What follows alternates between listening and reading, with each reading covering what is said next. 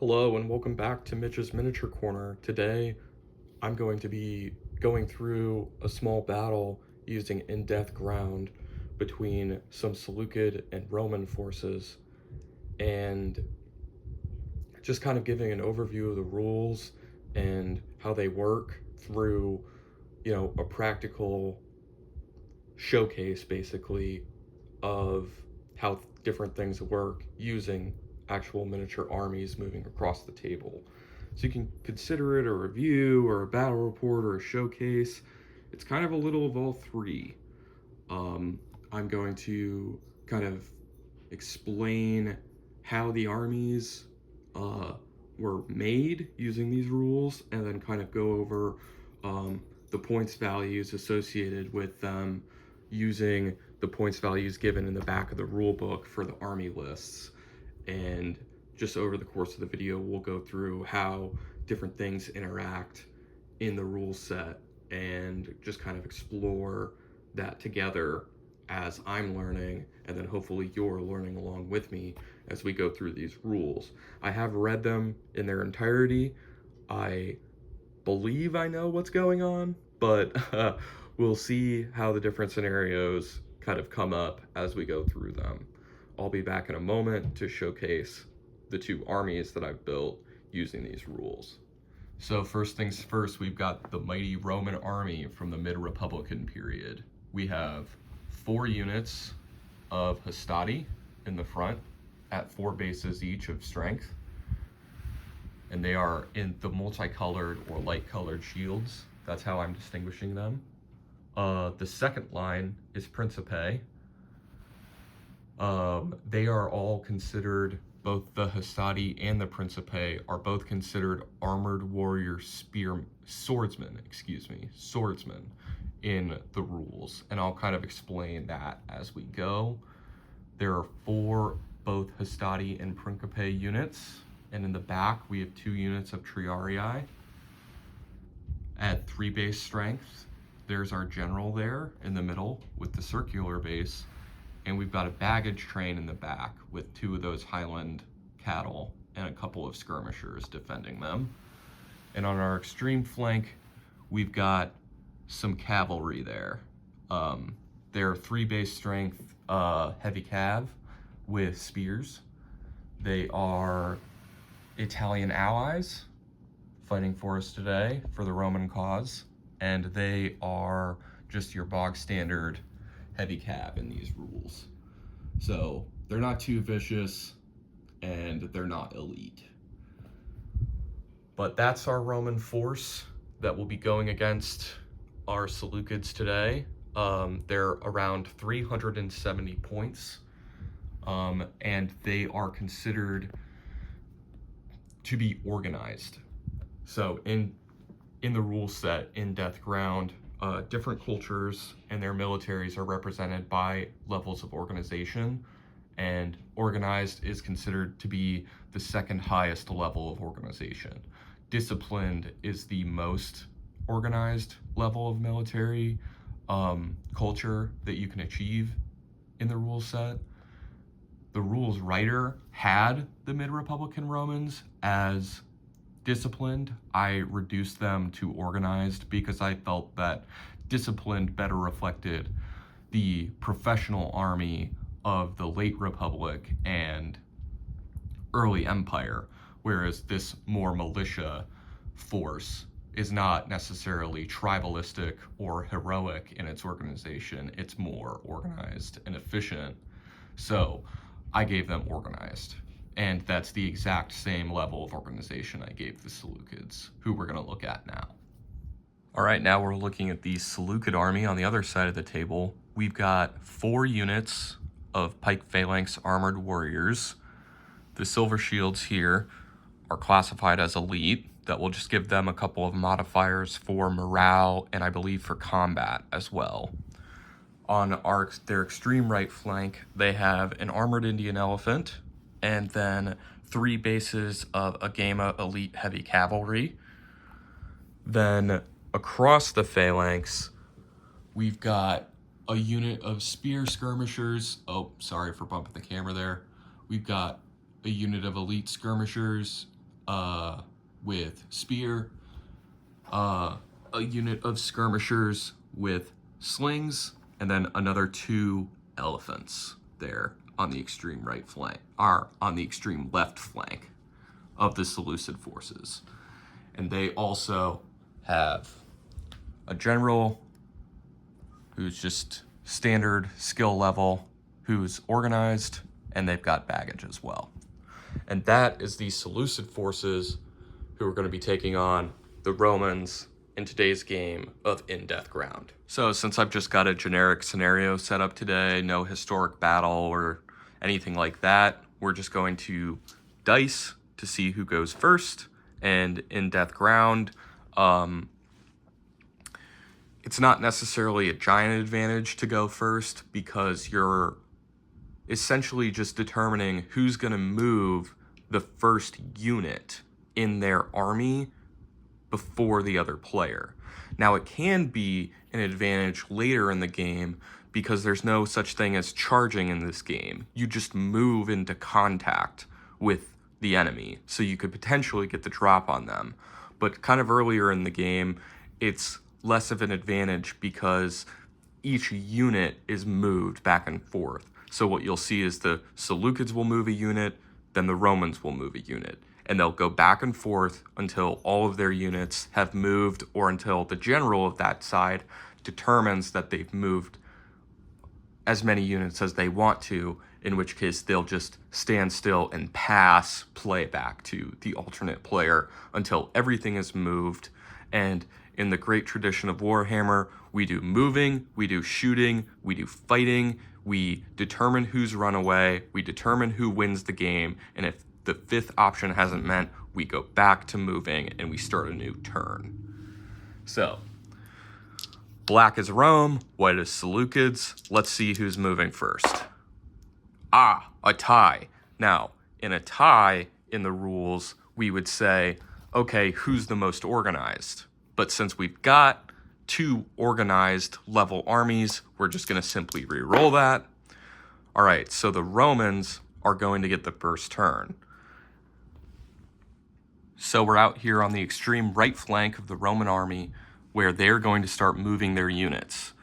They're going to start with this unit of heavy cav, and how movement works in this game is you dice for it. So it's a random d6 movement based on what type of unit you are and in what terrain you're in. Are you moving good through that piece of terrain, or is it classed as difficult for you? Now, that's determined by the terrain features in the rules. So we've really, because we're in the highlands of Turkey, or southern Turkey, we are pretty much all in good ground. There's a couple of hills across the table, but that's all considered good movement for everything today. So we've got heavy cavalry in good terrain. So they're going to move 3d6, and that is the number of inches they'll be able to move. Because we're using God's chosen scale of 28 millimeter figures, everything moves in inches. So we've got 3d6 inches to move this unit of heavy cav. So we've got 11 inches to move them. 6, 5, 11. I did pass grade school arithmetic. So these guys are going to move 11 inches forward.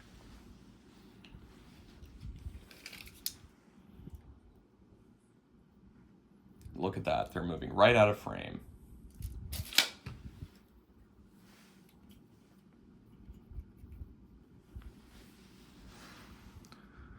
So they were here, now they're here, and they're lining up a good charge in the following turns against the Seleukid left flank, which is skirmishers and elephants. We'll see how that works out for them. But since we're here, we'll start moving these infantry blocks. Now they are armored warriors, so they will move 2d6 plus 6 inches. So they're going to move 7 plus 6. So this unit is going to move 13 inches forward.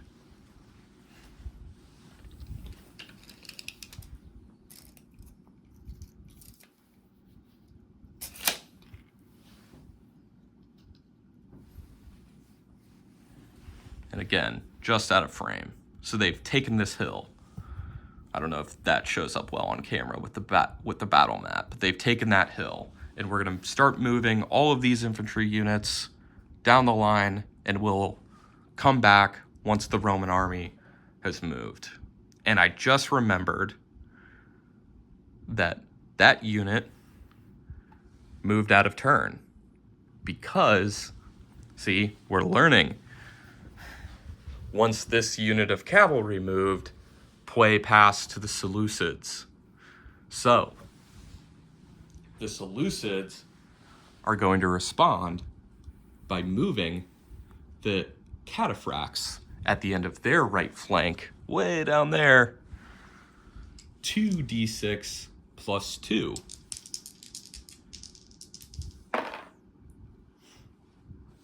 So, they rolled poorly. They rolled a 3. So they're only moving 5 inches forward. And then we'll have to move a Seleucid unit as well to get back to parity. And we'll come back after everything is moved. So after walking back and forth across my table like a crazy person, we have moved the entirety of both forces closer to the other. As you can see, what kind of happened due to the random movement was the nice pretty lines of the Romans kind of got mixed up a little, and the nice straight line of the Seleucids definitely got trouble in the phalanx. The different blocks of the phalanx are moving forward, all at different speeds, whereas the Principe and Hastati kind of had an average roll of around a 7, which I think on 2d6 makes sense statistically. So they moved up 2d6 all along the board with an average roll between, 8 and 7. And the Seleucids had a little less luck with the statistical variance. That unit moved 2 inches forward. The Silver Shields down at the end moved 10 inches forward. These guys rolled a 7, those guys rolled a 6, so those two kind of moved an average forward, but the other two units were skewing the average, moving 10 and then moving 2. So, it kind of messed with the central infantry block, but the two flanks moved at the same speed relatively. The elephants and the skirmishers kept a formation going. Now, I think that this movement system is very elegant. I think it moves very quickly, and everything moved, which, was one of the criterion of the other video when I was talking about Hail Caesar and how I didn't necessarily love how entire wings of armies could be sitting there doing nothing for a turn. I think that one unit of phalanx sitting there moving 2 inches forward, similar to this unit of Hastati who moved 3 inches forward, is a little bit more of an organic way to represent the variance in command and control rather than just an all or nothing system where you just move forward or you stand still. And so I think it's pretty elegant. We'll move on to shooting. The shooting ranges are very short in this game compared to other systems. These slingers are only going to be able to shoot 6 inches forward. So I think that they will have essentially nothing to shoot at this turn.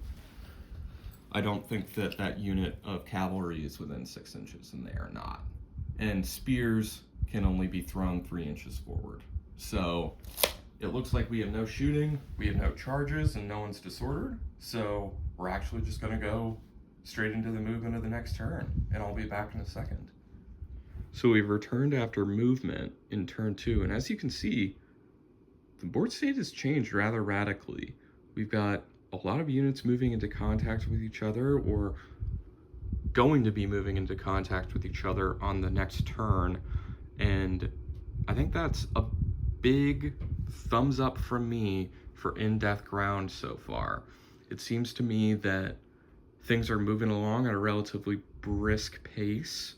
I've only been playing for like 45 minutes and we've gotten through the majority of 2 turns. I'm moving a little bit slower because I'm stopping and filming. So I think you could reasonably get through 2 turns. having a not super great handle on the rules, because I don't, at a relatively quick pace, which I think is something that is a big plus for this rule set for me. I don't want to be, spending hours getting to this point. I would rather get to this point and then resolve the combat and have the combat be the crunchier aspect of the game rather than the moving forward aspect of the game. Because I think this is the most exciting part of war games. I mean, the moving is the most thinking part of the game, which is also a lot of fun, but I think smashing units together and seeing who can come out on top is definitely the aspect of ancient battles and ancient war games that I most prefer. I do love the maneuver aspect of games though as well. I think that's a big part of the appeal of war games. But, in Death Ground, we've moved relatively quickly. We're gonna get to come to grips with our enemy, in a brief amount of time, only 2 turns, and we're already in combat. So that's a big thumbs up for me. We're gonna do some shooting. We've got 2 cases of shooting. We've got this case here, and then we've got, I believe actually that's it. I don't think anyone else is within range of each other, because these guys are just outside of 3 inches, unfortunately, from these bases. These guys shooting is actually going to be resolved as part of close combat, so that won't be conducted in the shooting phase. So we've just got 4 bases shooting 3 bases here, and I'll roll that up for you guys so that you can kind of see how it works. So we've got 3 D10s, because I've only got 3 D10s. I don't know where my other D10s are. They may be at my buddy's house where we play D&D. But each base that's shooting contributes 1 D10 to the combat. So we'll have to roll 3 and then an extra 1 to resolve the shooting on these guys. And they are being deducted 2 for moving and then for firing into armored infantry. And we're looking for 7, 8, 9, and 10 on D10s.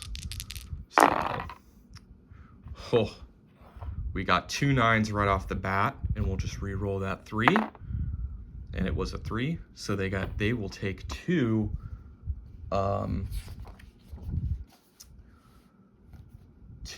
disorder markers. So that is not going to be great for that unit of phalangites. And then we will move on to close combat, and I'll show that to you guys as well. Okay, so for this combat here, we have 1 base that's an Indian elephant and 3 bases of skirmishers going against 3 bases of heavy cavalry. And all combat, like all shooting, is going to be resolved simultaneously. So we've got 3 D10s for the Roman cav, and they are just going to be looking for 7s, 8s, or actually no, hold that thought. It's a difference between their scores, their cumulative scores. So, you want to roll high so that you can beat the enemy's cumulative score. So we're going to take 3 D10s for the bases here. I'm counting 2 cavalrymen as 1 base, so there's 3 bases here, and they're going to roll for a total of 5. They rolled pretty poorly, given that they were completely unmodified. There was no modifiers being applied to this unit, so we didn't have to up or down that score of a 5 at all. But the skirmishers will roll 3 bases, and they are going to get modified by a -1 for fighting cavalry. No, they're going to get deducted 2. So they got a 6, so we're already beating the Roman cav by 1, and then we're going to take 1 D10 plus 4 for the elephant. and that was a 7. So 7 plus 4 is 11, plus, what was that, a 6 from the skirmishers, and we have now absolutely trounced them with a, what was that, 7 plus 4 is a 11, plus 6 is a 17. Sorry, I'm a historian, not a mathematician. So 17 at a 5 is a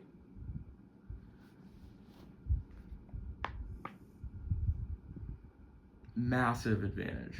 That's 10 or more. So 10 or more, these bases are destroyed permanently.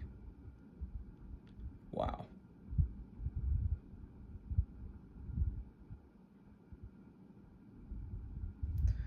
So I believe how that's supposed to work is the base that is being contacted by the elephant is destroyed permanently, and then the rest of these guys are going to take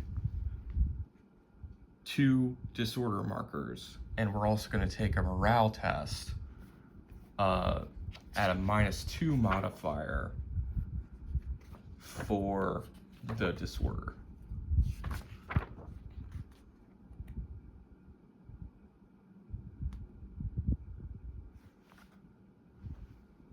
Or no, they're just going to, the disorder test is always unmodified. So it's a d6, they rolled a 6, so the only thing they're going to take is 2 disorder markers. They won't take any additional for failing the test. So combat seems to be going relatively well over here, and what these guys are actually going to do is these bases are in their next movement turn are going to be flanking this unit of Romans, and that will increase the number of additions that they can do to their score. And we've got another elephant base against a Roman swordsman base, so they're not going to get any modifiers. They will get a +1 for flank support. I believe that that's correct.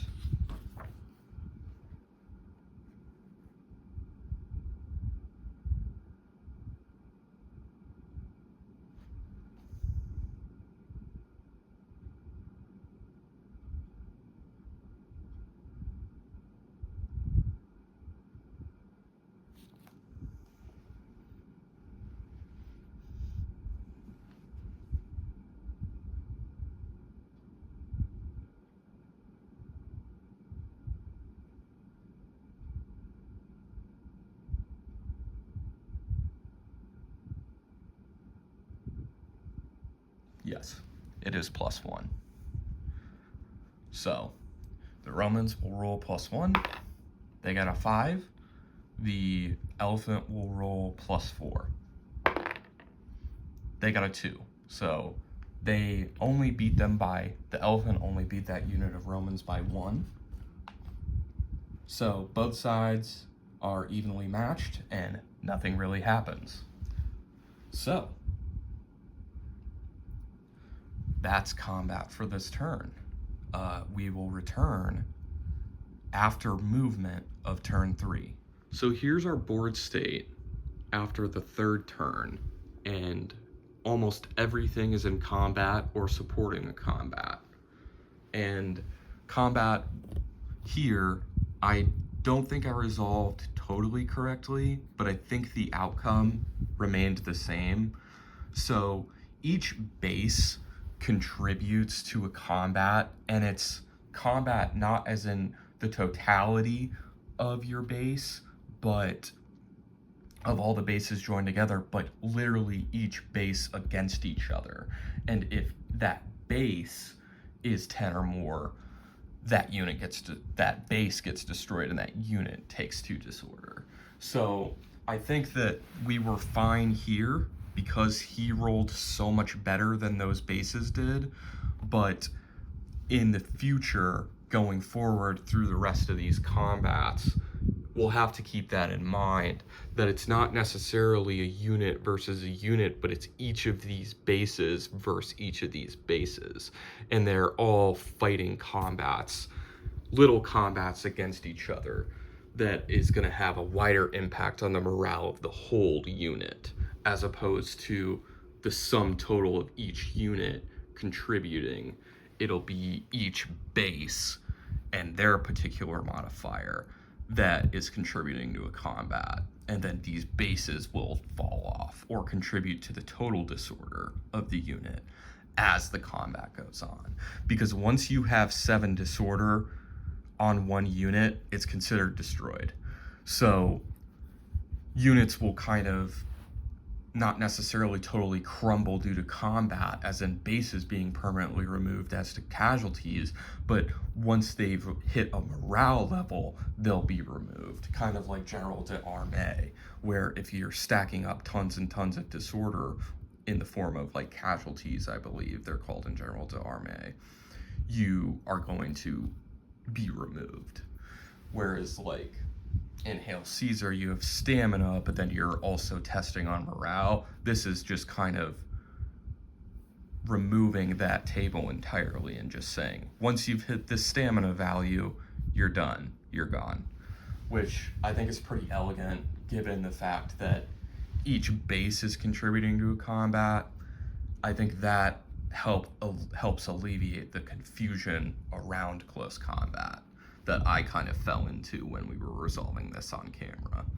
But I think that now I understand how it works. We'll move down this line and I'll show you guys kind of how things are going to shake out after the combat, because we've got cataphracts smashing into Hastati. We've got an elite pike block and an elephant smashing into a unit of Hastati that's being or a unit of Principe that's being supported in the rear by the Triarii. We've got 2 pike blocks smashing into this unit of Hastati, where 2 of its bases are being supported by Principe. And then we've got another pike block being smashed by Hastati with support from Principe. And then we've got this unit of Hastati moving into the skirmishers, and we've just got the ongoing combats here from last turn. And that's kind of our board state here at kind of the close of turn 3, and I'll be back in a few minutes to kind of show you what was the resolution that came about from these combats, and kind of what the board state looks like after we roll up all of these base combats. So after 30 minutes of rolling combats, here is where the board state exists. This unit of cavalry was routed once they hit 7 disorder. This unit of Principe have obtained 2 disorder, and the elephant 0. This unit of skirmishers obtained 2 disorder, but were able to beat back this unit of Hastati. So this unit of Hastati will fall back 1 full move at the start of the next turn and will be unable to move because they spent their turn falling back. The same thing will happen to this unit of phalangites, but that does mean that this unit of Hastati and Principe will be able to either go into these skirmishers or follow up potentially an attack on the phalangites.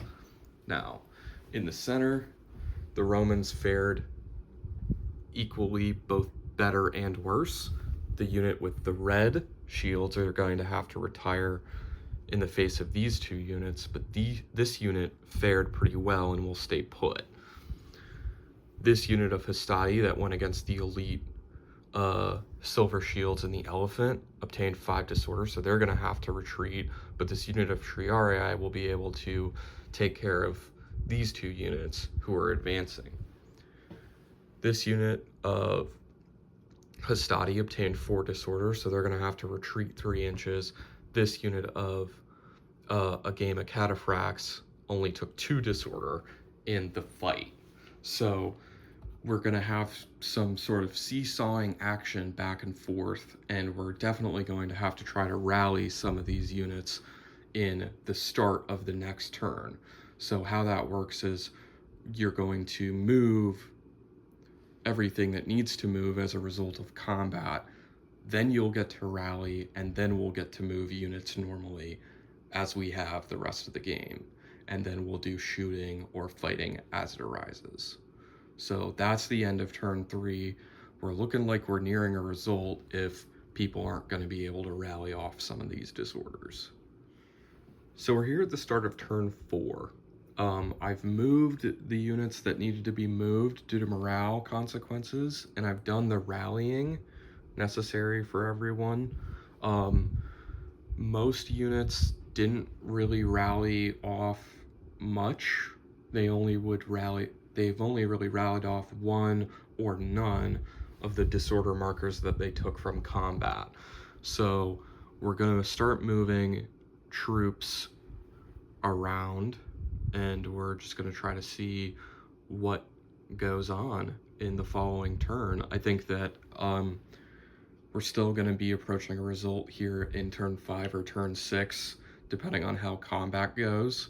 I think that this unit is a little worse for wear. They only rallied off one of their disorder markers, and if these cataphracts can still keep a good roll going, they'll be able to smash that unit. And this unit of Principe is already looking a little worse for wear. We may have a round off of 2 elites, but this elephant could potentially go into here or into their flank, so that's not looking great. We've got combats going on here, combat being set up here and here, and these units have been freed up, so they'll be able to potentially contribute to a flank on the Roman side. It's still up in the air. It'll depend on how each side rolls for movement, but here at the close of turn 3, disorder is already starting to pile up on our blocks of heavy infantry for both sides. So it's starting to look a little hairy for both sides, and it's kind of balanced on that knife's edge here at the start of turn 4. But yeah, we'll come back after movement and see how things have shaken out and how things have developed. So we're back after movement. A couple of the units have moved out of the range of combat, and the other units that were engaged in past combats have kind of moved up and into other units across this line. And the Seleukid general, in his audacity, moved to join this combat to preserve this unit's integrity for the future. So we've got what I'm going to rule as 2 heavy cavalry bases smashing into these guys, and then we'll just keep fighting these combats as we did last turn, with a couple of new support and new fights occurring in this combat, because these 2 units moved up to fight here, and these skirmishers then on their turn moved in to kind of hit that unit, taking advantage of the fact that this unit had to retire for their turn rather than continue to pose a threat to them. So on the following turn, if these Hastati don't rally, they won't be able to join in. But if they do rally off, they'll be able to come in. But over here, we've got the War of the Elites, the Silver Seals versus a unit of Triarii, and then this elephant is going to help get these mounted men hopefully freed of this unit, and they can destroy this unit or push it out and then keep rolling up this flank. And then I think that may be that for the Romans if that occurs. But the Romans are still fighting hard in the center, and they've been able to heavily disorder 2 of the pike blocks and haven't received much disorder on their own. So the Roman flanks are not looking too great, but the Seleucid center is on the verge of catastrophe, and the general himself has moved into combat to stall the collapse of the Seleukid center. So we're kind of seeing a relatively historic flow to an ancient battle, and we'll come back after combat, because not much shooting is going to happen outside the combat phase this turn. So we're going to roll up a d10 for each base, adding or deducting the modifiers that are relevant, and we'll see how these combats shake out. I'm enjoying this game relatively. I'm having a bit of fun doing this. I think it would be more fun with an actual opponent, because I'm kind of moving these units in what I think will be most optimal, and I think that, you know, someone else may make different choices. So I think that it's not super great for solo play, but it's relatively fast moving, and the combat, I think I'm starting to get the hang of it, how it works. The first couple combats I was kind of unsure. I was grouping scores together and stuff like that, but I think you're supposed to think of units as groups of bases, and then when you're fighting or shooting, you consider them as just discrete bases fighting each other, and then the larger impact of morale is what affects the unit. So I'll come back after that, after we resolve these combats, and we'll just kind of see if I'm going to continue with this game or not at that point. I think that we'll be nearing a result here soon, and I have some things I have to go do this afternoon, so I won't be here, you know, for 6 hours playing this game. And if I were, I don't think I would give this rule set a very good review anyway. But yeah, I'll just keep going, and we'll see what happens after combat.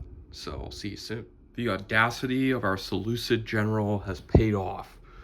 The Roman center has been thrown back in much disorder along this line, and the Seleukid flanks have been rallied back to fighting capability. This unit, I was just showing you what I was doing with these. So the unit of Principe here was destroyed in the combat because they were obliged to fall back 6 inches, but interpenetration is illegal in Death Ground. So what I did, because they're obliged to retreat, is they were going to interpenetrate this unit, and both of them are going to take 1 disorder for interpenetrating each other on the retreat. The Principe were at 6, so when they completed their move, they took the disorder, it brought them to 7, they were destroyed. This unit took 1 disorder, but they rallied it off, so this unit of Triarii is fine. But I just kind of wanted to show you guys why I ruled it that way, and kind of explaining more of the rules. So these units are not allowed to cross over each other at all. But when you're obliged to retreat, I kind of house ruled it that you can move backwards at the cost of a disorder to both the units that are being interpenetrated. So the Romans are not looking in a great spot right now. Almost all of these units in the center, aside from this Hastati, who's only got 1 disorder, are either at 3, 4, or 5 disorder respectively. Great, now we've got a cat. And so it's looking not great for the Romans. The Seleucids are untouched. These 2 phalanxes are completely back to normal. This one's at a 3. This one was almost utterly destroyed. It's got 6 disorder, and the rest of these guys have 2 and 3 respectively. So the Seleucids are going to have a lot more action to do, because these guys were all obliged to fall back a number of inches, which means they're not going to move this turn. And this unit of Hastati can only move forward on a move that won't bring it within 3 inches of the enemy. So, you know, the Romans are going to be kind of hemmed in, and you know, the momentum is definitely with the Seleucids right now. If most of these units are nearing the tipping point of being destroyed, I'm going to call it a Seleucid victory. If that unit gets destroyed by that unit of Hastati, we'll just kind of see how it plays out. But I think that the Seleucids are about to come away with a narrow victory here, because a lot of their units as well, the majority of I mean, a quarter of their phalanx is on the verge of being destroyed. So it'll definitely be more of a Pyrrhic victory if they can't really do some work in this turn to smash some of these units. But aside from that, it's been a fun game. It's been going relatively quickly, which is nice, especially when there are rules set that I'm unfamiliar with. And I think that it's going pretty well for the Seleucids, which is interesting because the last couple games of Hail Caesar I've played with the Seleucids, using them as like a Pyrrhic army or other Hellenistic Greek states, they haven't been doing too hot against the Romans. But in this rule set, they seem to be, either lucky or doing pretty well. So I think that, this rule set is doing well for me. It's doing a lot of what I like. Quick resolutions to exciting games. So I'll come back after I've moved some stuff around and we'll see how the board state looks. So this is the board state at the end of turn 5. We could probably play another one, but it's cutting close to the time limit for me today. So this is where I'm going to call it. I think the Romans are at a pretty close to being broken anyway. Almost all of these units are at 5s and 4s. This guy, I mean, he's got 2 elephants bearing down on him. That Triarii is probably not long for this world. We've got another combat here that kind of resulted in nothing. These 2 generals did nothing to each other. This combat resulted in some pretty heavy disorder to that Triarii. This entire unit was destroyed because they hit their disorder maximum. So I think that, the Romans got kind of chewed up in turn 3 and just were not able to recover. There are no bases removed on the Seleucid side, and there's this hefty pile of Roman casualties over here. So I think that it's safe to say that the Romans, have lost and are probably going to take these units and pull back to their camp before the Seleucids can complete the route by turning this flank and smashing into them and here. So I think that that's where I'll call it for today. My closing thoughts on this game are that it is pretty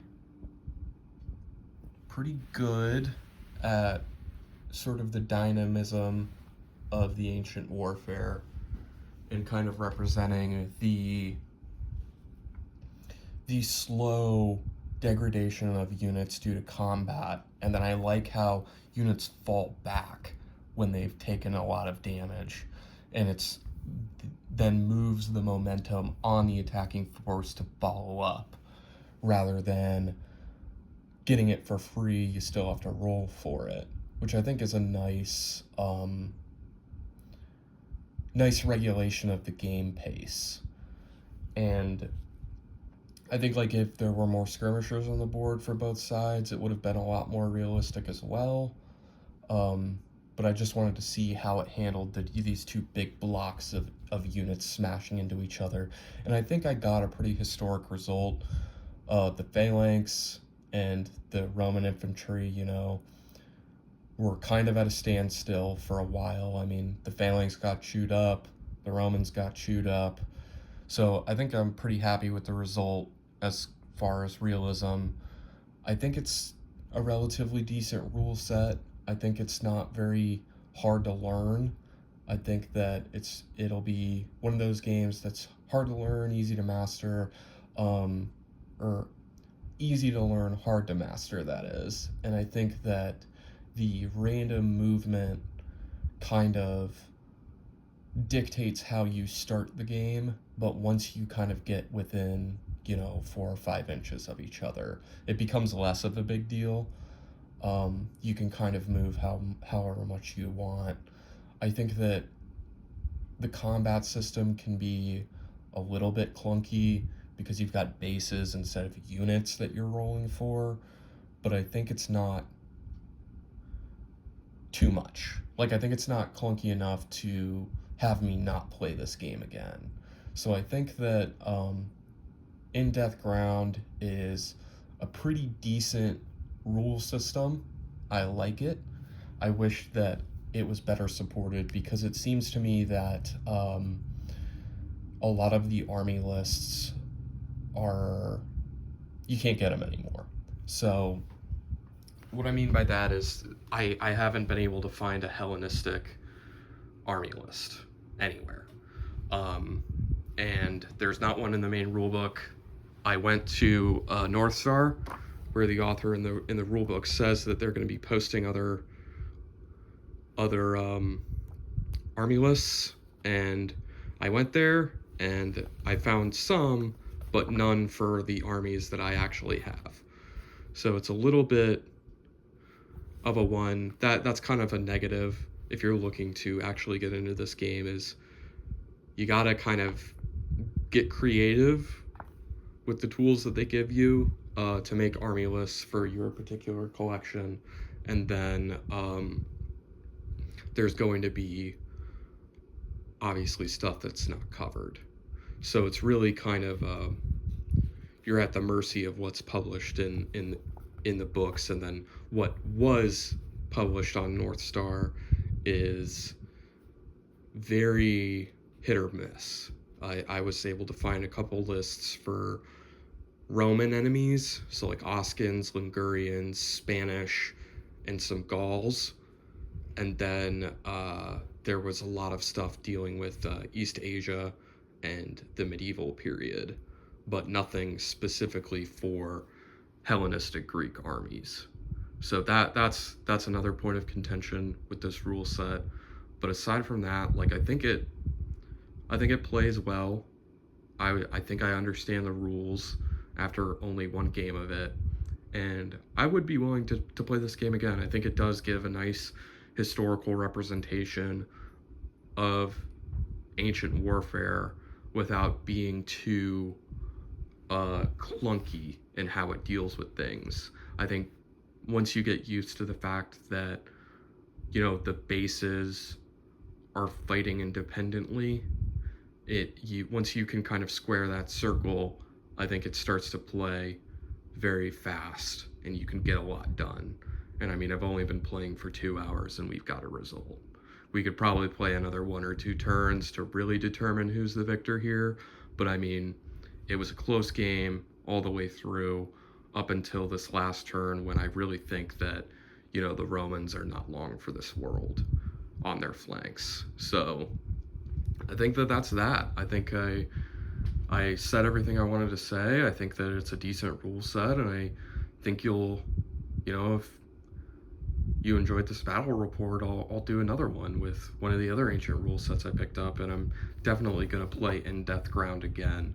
I would definitely play this, though, with the Punic armies, because they already have rules for the Punic armies. So I'll be playing the Romans, and maybe my buddy will bring his Carthaginians around, and we'll get a game of that going. But aside from that, like, I think it's a pretty decent rule set, and yeah, I mean, that's all I had to say. So until I see you again, have fun hobbying, stay safe, and God bless you.